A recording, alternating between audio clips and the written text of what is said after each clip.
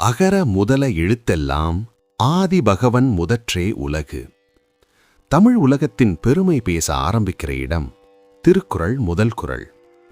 எல்லா எழுத்துகளுக்கும் அ என்ற எழுத்து எப்படி முதல் எழுத்தாக இருக்கிறதோ அதேபோல இந்த உலகம் முழுவதுக்கும் ஆதிபகவனே முதல் காரணம் என்று திருவள்ளுவர் சொல்கிறார். அகர முதல எழுத்தெல்லாம் என்றால் என்ன? தமிழ் மொழியில் அகரம் இல்லாமல் ஒரு சொல்லும் உருவாகாது. அதே மாதிரி இந்த உலகத்தில் நடக்கிற எல்லா விஷயங்களுக்கும் ஒரு தொடக்கம் இருக்கிறது. அந்த தொடக்கம்தான் ஆதிபகவன்.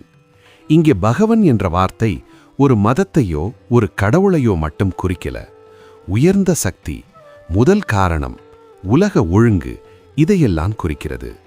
திருவள்ளுவர் இந்த குறளை முதல் குறளாக வைத்ததுக்கு ஒரு பெரிய அர்த்தம் இருக்கு. வாழ்க்கை தொடங்கிறதுக்கு முன்னாடி நாம் பணிவுடன் இருக்கணும்.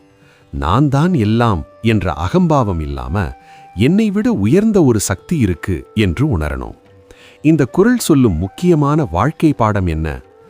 அறிவு வந்தாலும் பணிவு தேவை, வெற்றி வந்தாலும் நன்றி தேவை, உயரம் வந்தாலும் அடக்கம் தேவை.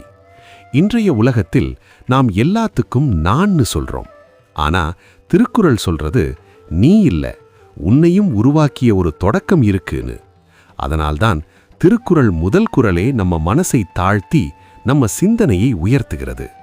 முடிவாக, எழுத்துகளுக்கு அ எவ்வளவு முக்கியமோ வாழ்க்கைக்கு பணிவு அவ்வளவு முக்கியம். அதுதான் திருக்குறள் முதல் குறள் நமக்கு சொல்லும் அழகான வாழ்க்கை உண்மை.